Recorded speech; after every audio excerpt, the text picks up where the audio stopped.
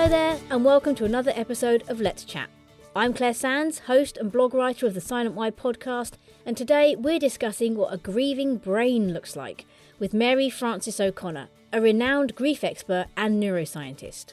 In these Let's Chat episodes, I chat to a guest who has experience or expertise in a particular area that can either help us deal with, prepare for, or is linked with loss.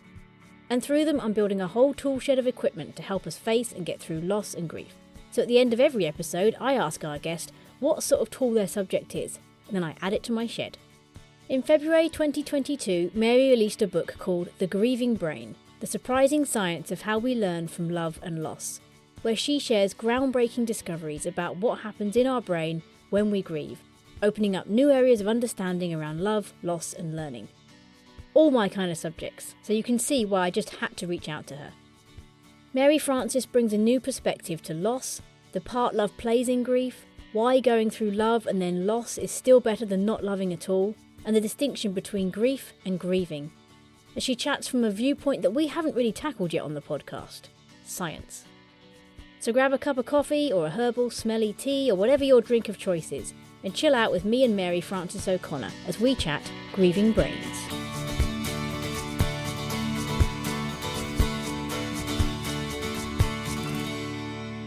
Mary Frances O'Connor, and I'm a professor of psychology at the University of Arizona, and I direct the Grief, Loss, and Social Stress Lab. We call it the GLASS Lab, and the GLASS Lab studies the impact of bereavement, of grief, and other kinds of losses on the brain and on the body. How does the brain understand what the heck just happened when a loved one dies, for example? And we've been doing that for about 20 years now. So we talk a lot about feelings and emotions, but we haven't really strayed into science on the podcast much yet. So I'm really interested about this area. But how did you get into that area of grief?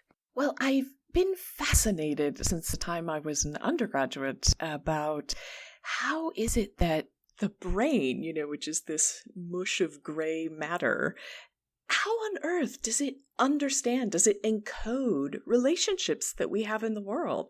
How does that get transformed from this experience that you have with another person, loving them and being loved? How on earth does that get translated into the brain in a way that we can remember and imagine and believe and love? So that in and of itself, that sort of physical transformation fascinated me for a long time. But in addition to the sort of scientific curiosity, which is strong for me, I also experienced the death of my mother when I was 26, and she had been sick with breast cancer for about 13 years. And so I think some of it for me was that I just became very comfortable with grief. I'm comfortable with people who are grieving. So I do loads and loads of interviews of grieving people. And, if you cry uncontrollably, it just doesn't bother me. And so I think that somehow that familiarity and willingness to be vulnerable enabled me to sort of match up the experiences people were telling me about with some of their brain scans and their blood tests and their data in a way that really helped me put it all together. That's fascinating. And I totally identify with you on the kind of being comfortable around grieving people. I think I find if there's someone in the room with a story like that, there's a sort of a gravitation towards them. It's like, that will be the interesting person. That's the conversation I want to have. That's right. Which is weird. I don't know how that feels as a grieving person to know there are people like us out there. But what in the science world, what is grief? Is it an emotion? What is it? It's a great question. And I think in bereavement science, if you want to call it that, we think of grief as the natural response to loss. It simply is how we react when something very important to us has been taken away. And that encompasses emotions, certainly those intense feelings, but also all kinds of thoughts and thought patterns, like difficulty concentrating. It involves physical reactions, increased heart rate and blood pressure. And it involves behaviors as well, the things that we do that change after we lose a loved one. So it really encompasses all of that. But I have to admit, I make a very tidy distinction between grief and grieving, because I think it helps people to understand what they're going through to make this distinction. So grief, on the one hand, I said, is this sort of natural response. You could think of it as that wave that overtakes you in the moment. It's a noun, right? Grief. Grieving, on the other hand, is the way that grief changes over time, right? So that grief, the first 100 times you have a wave of grief when you've lost something so important, you think, I'm not even going to get through this moment, right? So this is just unbearable. And the 101st time, it doesn't feel any better, but it may be familiar, right? So that shift, the way that grief changes over time, that's grieving. It's a verb, right? It's a process.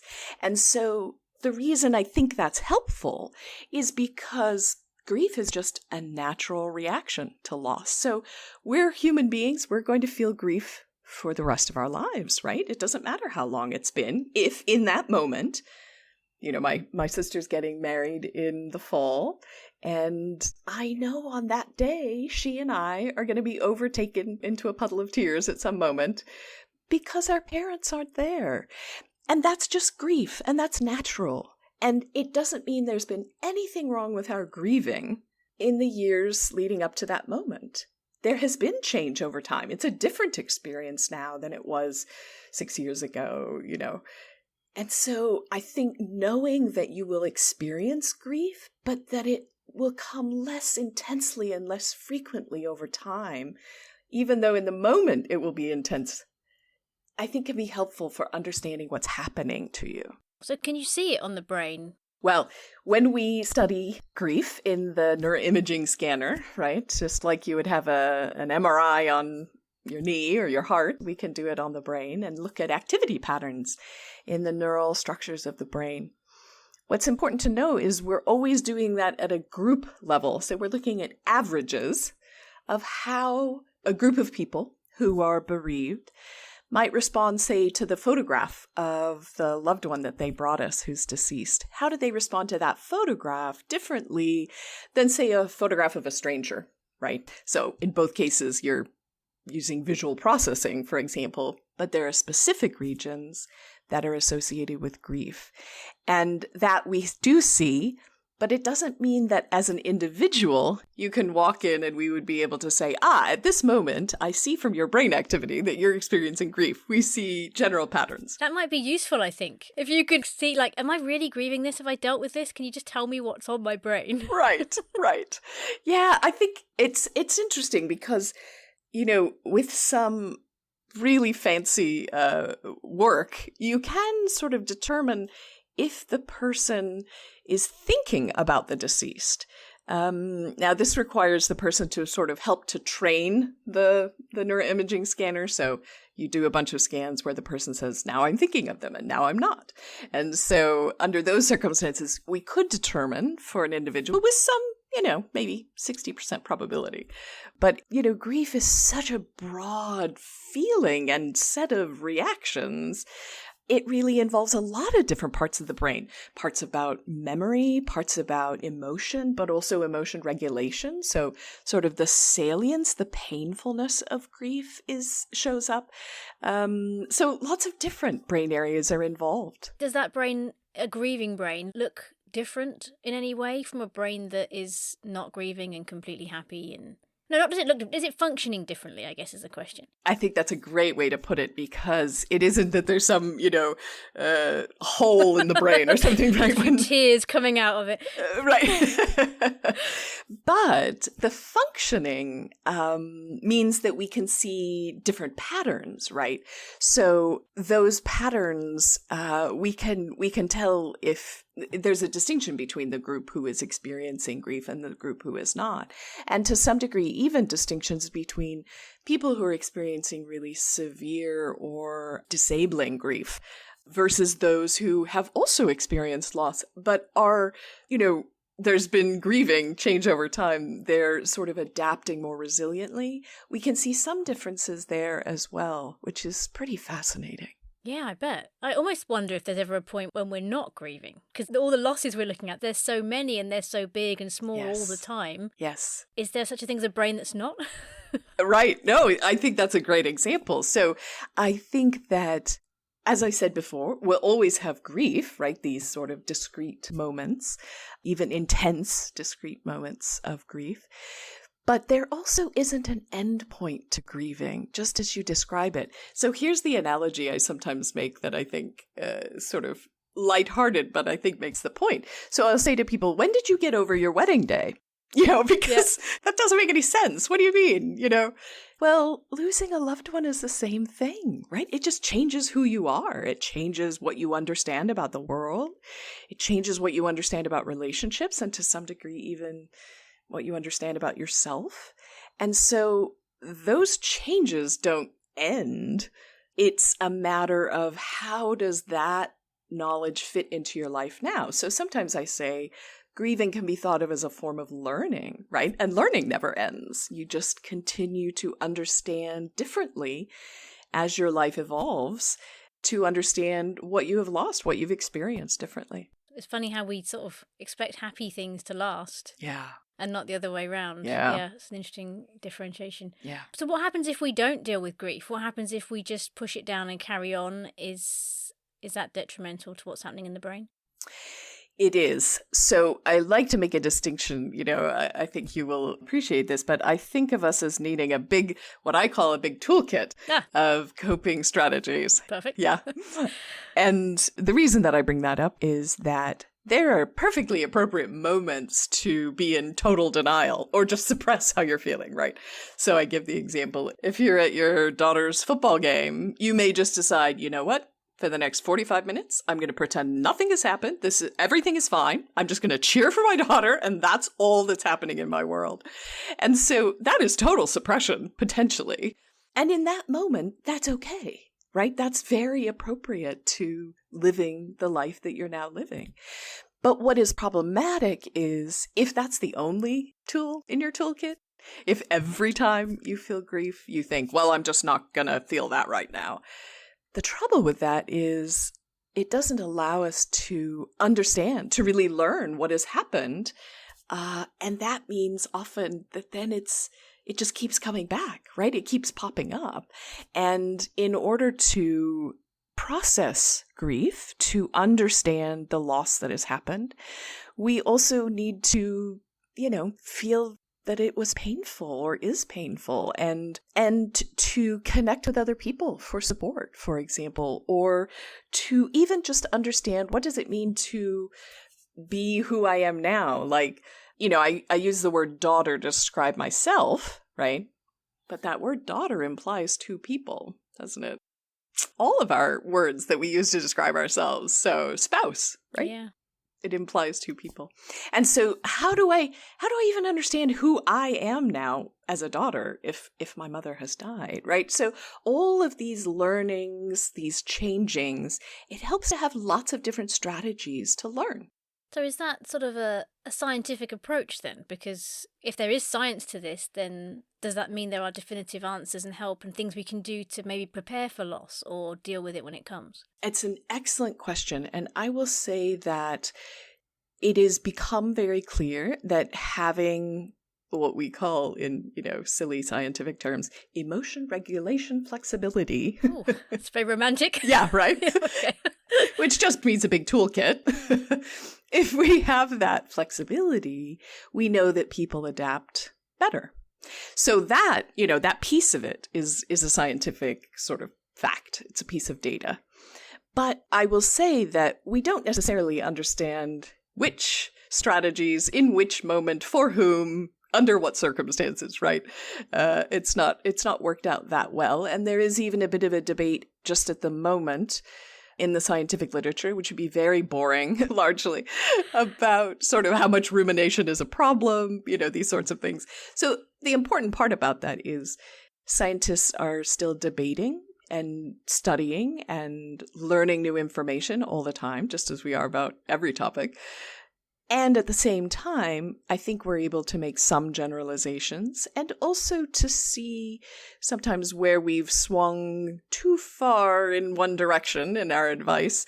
But I will say this, I may be an expert on grief, but you're the expert on you. You're the expert on your relationships. And so if I have thoughts and ideas, they are often about responding to grief on average.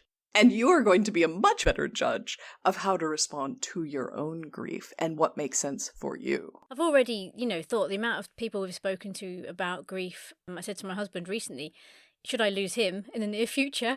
I feel like I know so much about how people have coped. I feel equipped, even though I know that when it happens, it just bowls you over and none of it matters for a while. That's right. I know coming out the other side of it, I have tools to help me get through, or people to reach out to who have been through it that I'm like, help me, how did you do this? Yes. Well, I mean, frankly, I think 90% of it is just realizing that you're normal, that these intense experiences you're having where you think, I'm losing my mind, or I don't recognize myself. Why did I do that? Why did I say that? Those are pretty normal. And just the reassurance that what you're experiencing is normal is huge in just sort of getting through the acute, the very having the rug ripped out from under you part of grief.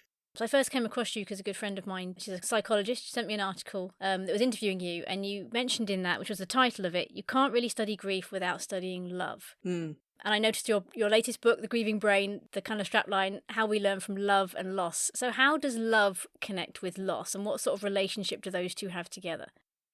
I think for me, as a person who studies the brain, this is the piece of that I find most fascinating.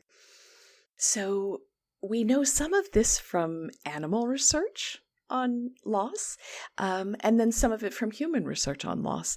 And what it is that when we bond with another person, when we fall in love with our spouse or when we fall in love with our baby, there's a bond formed because of that love. It is a part of that love. And that bond is actually changing the way the proteins are folded in your brain. Right? And we can see particular places in the brain that are changed when this loving bond happens. It's just incredible to me. And what that means then is that along with that, there is something additionally that happens when that person dies. Because part of what happens is when we form that bond, when those proteins get reorganized and our neural connections change, along with that comes this belief, and the belief is, I will always be there for you, and you will always be there for me, right? We call it the attachment belief. And the reason the attachment belief is so important is that's the thing that enables us to go off to work every day, right? Mm-hmm. Because we have this intense belief that at the end of the day, we'll all come back together. It's an invisible tether, right? That helps us to know that we will return and they will return, and evolutionarily, you can imagine that was really important. If you're going to go off and forage for food, you want to make sure your co-parent comes back to the burrow, or you come back to your pups. So that attachment belief, it doesn't change automatically. That bond doesn't change in your brain automatically the moment that someone dies. So while in part of your brain, you have this memory, right? You were there at the bedside, perhaps, caring for the person, or when they passed away, or you were at the funeral or memorial. So you know what the reality is. You can refer to the information in your memory. But that attachment belief persists, and it can't both be true, right? It can't both be true that they're somewhere out there for you, and also that they have died.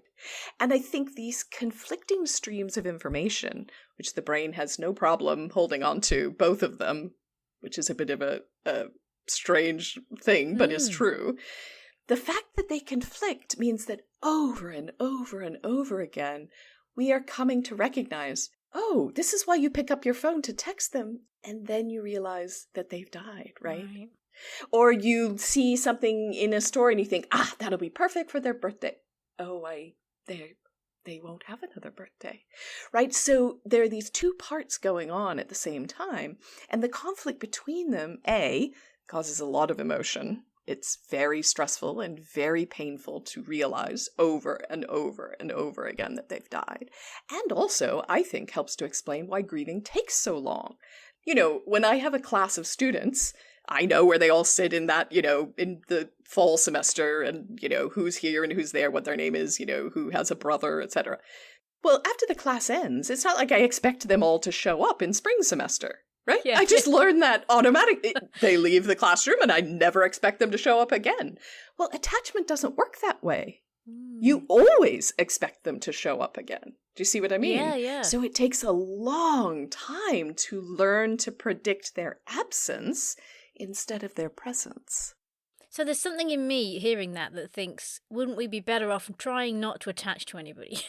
Mm-hmm. Yeah, and lots of people use that strategy after they've experienced loss. I'm not actually joking, right? I can see that. A lot of people really isolate because it's so painful. And I will tell you two things. One, it creates a very painful life, right? So basically, instead of only having a painful life once they've died, you get to have a painful life before and after, so to speak, right? That's not so great. But the other thing is, you wouldn't actually survive. We need our attachment figures as much as we need food and water. You see this in infants and in the elderly. We call it failure to thrive. When they are not connected to another person, to a caregiver, to someone who they're attached to, they actually physically cannot thrive. And so we're just not wired that way. It isn't possible for us not to be attached and to be thriving. So I think the reason is that we have this need as human beings to explore. It's important for us at many different levels. And we have this need to be attached. And so our system, fortunately, as painful as it can be, our system is actually remarkably flexible. We can learn, we can fall in love, and we can also experience loss and understand that as a part of the human experience and continue to restore a meaningful life even after great loss. Are there people who, this is probably going way off topic, but I'm just interested, are there people who can't form those attachments? Because when you hear about things like psychopaths and sociopaths, sometimes you hear the brain talked about as actually being formed slightly differently. I don't know if that's true. That might just be crime I've been watching on TV. But is it possible to have a brain that can't make those connections? And if they can't make them, does that mean they don't grieve? It's an excellent question. And I will say, I'm not an expert in this. I will say there are people for a host of different reasons who have difficulty with attachment. One is the example you give with psychopathy. There are others who simply have different kinds of attachment, as we often see in something like autism, which doesn't mean that they're not attached, but it does look different. And what's fascinating is a lot of things are contributing to those different patterns. Other people have experienced trauma early on in their attachment relationships, whether that was the death of a parent or whether that was abuse. And those things really shape whether we're able to make strong and enduring attachments after.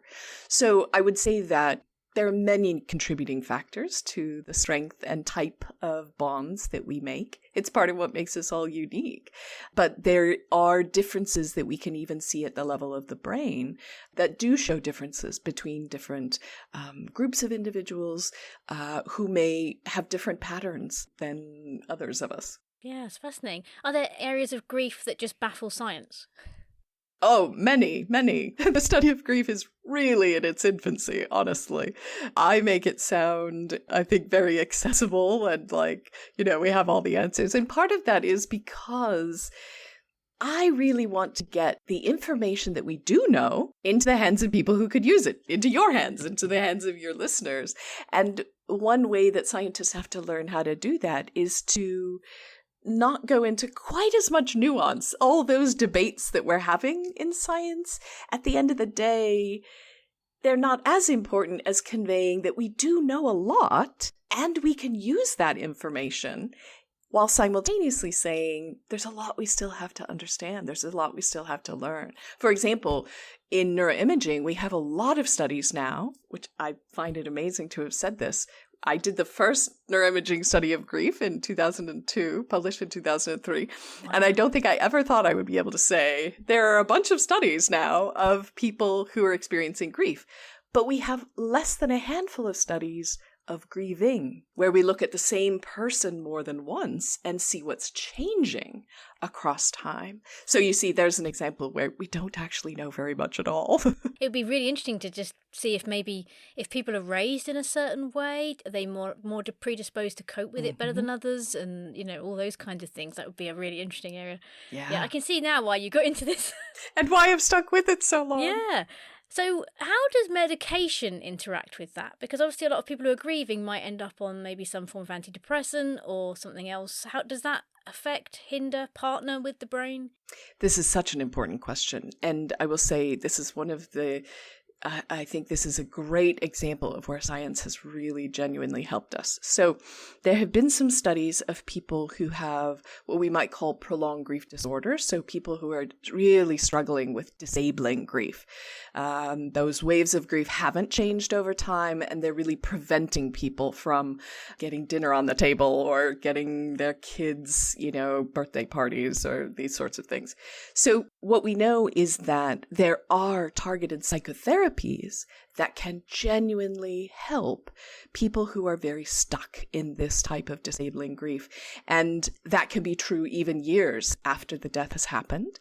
And it isn't that we're taking the grief away, it's that we're getting them back on a trajectory of grieving, right, where there's change over time.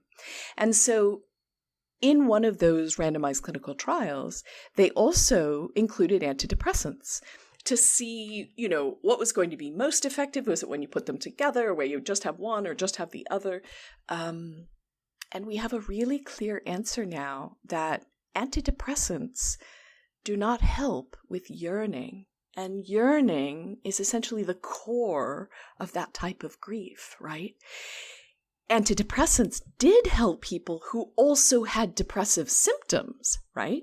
So depressive symptoms like difficulty eating and sleeping, difficulties with feelings of guilt across many different situations, not just around the death of a loved one.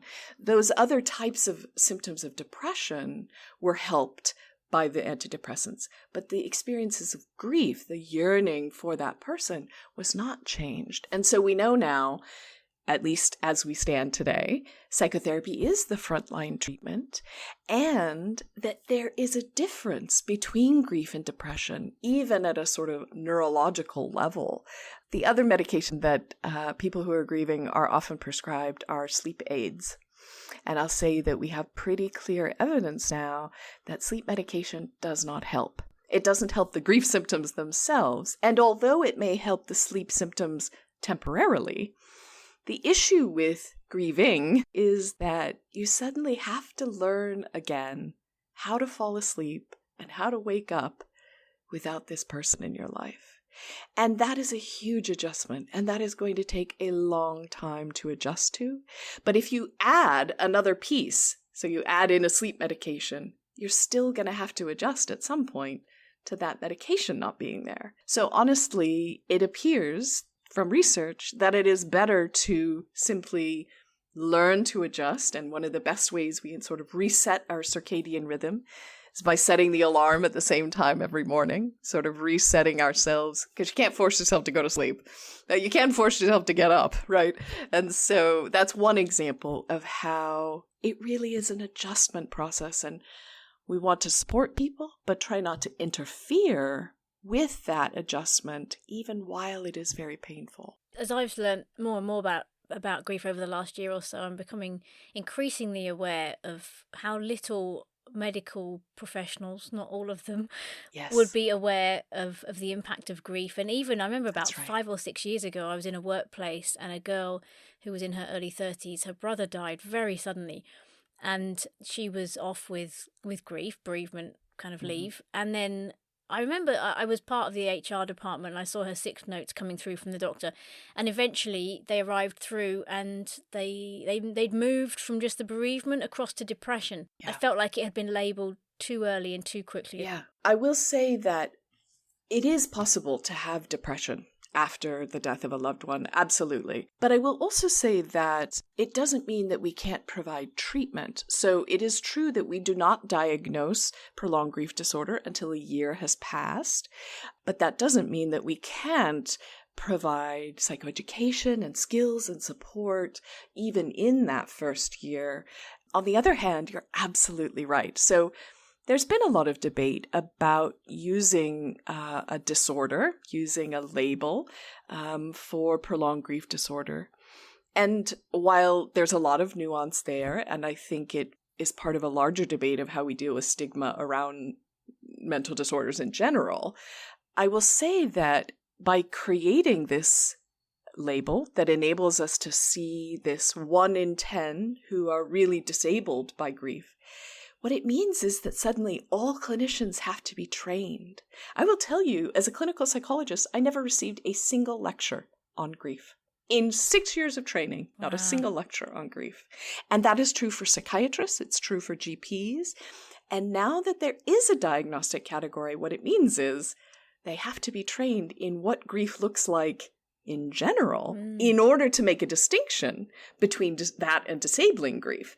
And so my hope, although there's a lot of nuance, as I say, to adopting this, my hope is that because of this increased education and continuing education for existing clinicians, what it means is that as a society as a whole, we will know so much more than we ever have before, and that will have very positive impacts as well. Yeah, no, that sounds really good. We've got something in this country at the moment. We've got a real surge in people finding out and being educated about menopause, which, a lot of women are standing up about and saying, we didn't know about this. Absolutely. How did we not know? Who didn't tell me about this? It's crazy. 50% of the population will definitely go through it, but we don't know much about it. And it's the same with GPs. I think one of them said, I got 2 hours training on it. And it's like, that's incredible. How is this happening? It's affecting the mental health, physical health of hundreds of women. And it feels like a similar thing. And that one is getting momentum now. It's out there. Everybody's heard about it. It's on the news. Great. And if we could do the same with grief. Exactly. That would be a wonderful thing. Because I had, no clue going into childlessness. Oh, no. Even stuff you've been saying now, I was like, the attachment thing. I'd probably, without even thinking about it, attached to the idea of having a child. Absolutely. So when it's taken away, I didn't know it was broken. Exactly. Yeah. And that makes so much sense. And just having those tools help me to know that. And I think actually menopause is a fantastic analogy, and here's why. So menopause is physical. It is, we can pinpoint it in time. And it is something that the medical profession can aid. It doesn't mean it's a disease or a disorder, right? Yeah. However, there can be diseases and disorders, right, that happen with menopause. And so the important part, in my mind, the important analogy here is everyone will experience grief, some more profound than others. It is something that medical professionals can help with, and it is physical, but that doesn't mean that it is not a natural state. It simply means that we need to better understand how to support that natural state of grieving, just as we need to understand how to support the natural state of menopause. Yeah, we need to get campaigning. That's right. We're a powerful force, you and me. I've got the podcast, you've got the science. Yes, we're in. So just on a personal level, you've obviously got all this information on grief scientifically. Has it helped you personally in going through loss yourself? Or do you find it's a bit hard to put into practice yourself? Well, I can say yes and no, the larger answer being yes. And part of the reason I say that is, as I said at the beginning, my mother passed away when I was 26, and my father passed away about 7 years ago. Now, there are lots of things that are different between those two scenarios, from my relationship with each of them to my age. I was certainly much older and knew myself a lot better when my father passed away. But a lot of it was because I really had spent almost 20 years, 15 years, understanding what grief is like and why and how. And it meant that grief for my father was not less intense, but I was able to react to the intensity differently. And I was able, I think, to incorporate that experience into my ongoing life and sort of retain a meaningful life despite that loss in a very different way than I did when my mother died and I knew so little about grief. I remember seeing a counselor, and this was actually when my mom was she was terminally ill, and I said to the counselor, well, I know she's going to die. I don't really know what else there is to say about it. And, here I am decades later still talking So simple, yeah. Yeah. What more is there, What more could you say? I think the counselor, who completely understood where I was coming from as a young person, but just sort of, I think, thought, oh, well, we have a lot to talk about then. Were you a scientist back then? Well, I was in graduate school, but at the very, very beginning. Right, okay. I was wondering if that's a scientific brain. Is it? I can see the facts. She's going to die. Is there anything else I need to know? But I would say also, the no part, I said there is a little piece of no. And it is that, when we are in the middle of that natural response, it is still our response, right? It doesn't change the fact that we respond to great loss with grief. It doesn't take the grief away, but it may change how we're able to react to feeling that grief. Is there anything else that you'd want to share about what you've put in your book and who it's for and things like that people might want to know about?